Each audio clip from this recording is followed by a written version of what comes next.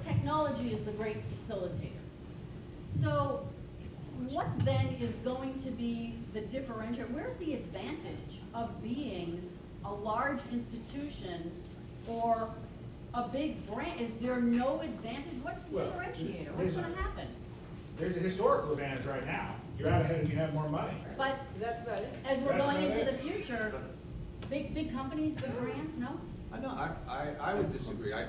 Brands have never been stronger and more important in the marketplace than today. Now, and I think they are created much easier today. And you can build a brand, to Nico's point, that you have the tools, the barrier to entry to building an effective brand, particularly if it is what I would call a virtual brand, like Twitter, right? That can be developed very, very quickly. I would go back to in the mobility arena. If you look at smartphones, there are two brands. There's a bunch of other companies, and 2.5. And those brands matter a lot because there are devotees of BlackBerry who cannot pry the device out of their hand, and there are devotees of the iPhone. And some of it is related to their technology, some of it is related to their craftsmanship, but I would argue that a good chunk of it is related to the brand that has been built. I think Joe wants to disagree. Well, no, yeah, I do, because I think Jerry's right, but I also think therein lies the big danger. And brands that exist because they're big and because they're the big name brands and they own the planet, are not the greatest communicating innovators in using social media or using mobility or a lot of them. They don't have to. Why? We're making so much money, we're bigger than anybody, we're crushing the competition, who cares?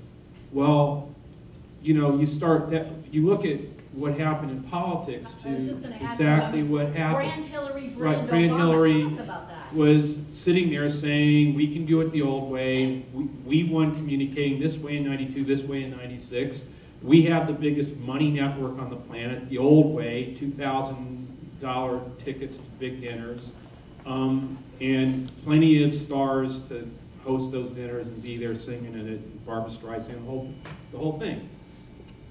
This other campaign comes, and by the way, they laughed at the Obama campaign because it's a joke. It's just a bunch of, they can't possibly match us money-wise or anything else.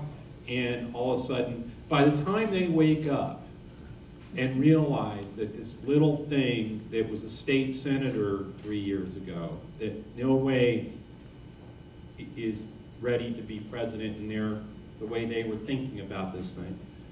By the time they realized that thing was $500 million and buzzing by them, and oops, maybe we should say the god-awful words, go to www.hillaryclinton.com on air, which she did for the first time in February of 2008.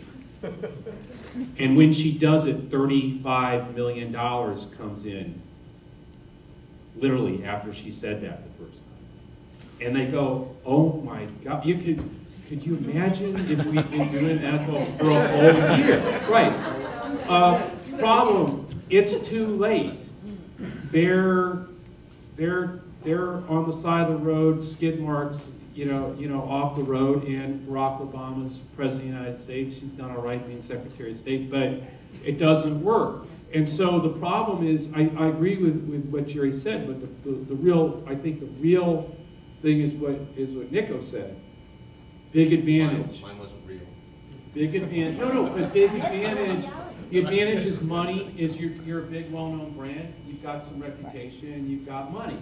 So now, what the hell are you going to do with it? Because if you sit on your lead, you're going to get your rear end yanked. Oh, that I would agree with. No, but I mean you have to. But I mean, what I mean also by sitting on your rear end, I mean by not getting really sharp on mobility, not understanding social media. You may not want to be on Twitter, but you better understand what the power of this communication, how it's changing things. And same thing, I gave a talk in Mexico. I just want to say, where when I talked to the newspaper association at Mexico about this. All three people in the audience? No, it was like, it was right after D. And they said to me, they all laughed at me and said, this is ridiculous, this will never happen in Mexico, you don't understand, there's only 13% internet penetration in Mexico. And I'm sitting there saying, like, do you guys have any clue what the New York Times, the Washington Post, the LA Times, ABC, NBC, CBS, all of them would do to be able to go back to when there was 13% penetration in the United States, start Craigslist, start all that, right, eBay, all these things, and and monetize the future. So that's where we're, social media, mobility, those are all literally at that same kind of birthplace right now. So, you can wait till somebody else has been growing with them into 80%, 90% penetration, understand proximity, connectivity, how it all works, or you could be one of the leaders in that, because if you're not, and someone else is in your space, you're going to be in big trouble. Emily, did you want to jump in? I did. No, that's fine. I thought we were getting confused earlier in the conversation between brands and big, because what I heard Nico saying was that big is not necessarily the advantage it used to be. If that's what you're saying, I certainly agree with that. And I think we're confused about big companies and brands because they used to be synonymous. You couldn't have a brand unless you were a big company. Now, anybody can have a brand. Joe has a brand, right? You have a brand, and Twitter has a brand and 50 employees. So I think people, and people get confused.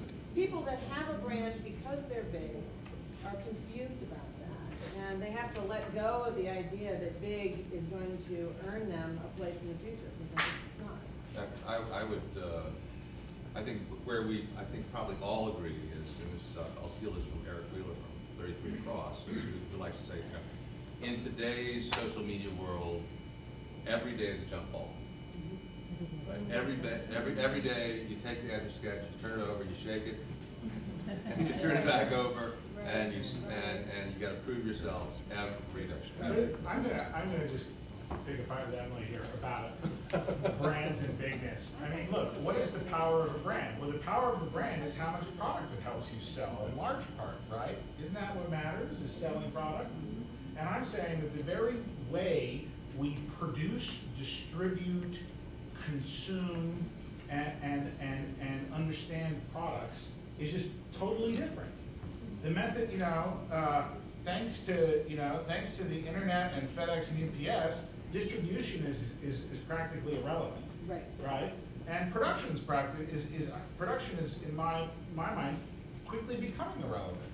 And so consequently, the way we shop and make decisions about purchasing is just going to change dramatically. And the whole way we think about brands and advertising and marketing is not going to make any sense. It's not going to make any sense in a world where production distribute. If that's irrelevant, what is really relevant? If distribution is not, if production is not, what is really relevant? Design's important. Okay. Right? Quality is important.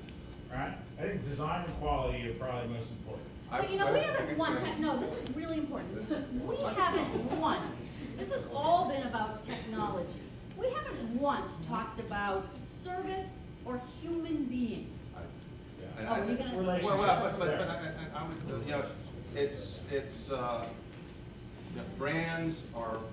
brands are not rational things, and there is, at the core of a brand is that connection between that thing and a person.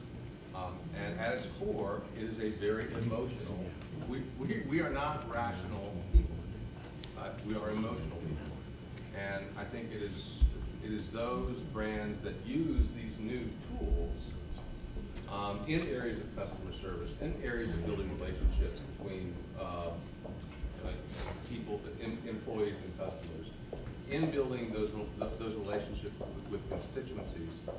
Those are the brands that have historically been strong and will be strong. Building a car with a bunch of engineers in China and offering it to the people, I mean, who are you going to trust?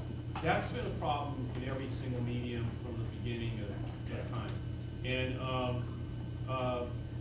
when Jefferson and Adams ran against each other in 1800, Adams guys had to figure out how they were gonna go negative on the guy who wrote the Declaration of Independence. And they decided to get guys up on horses and run around the early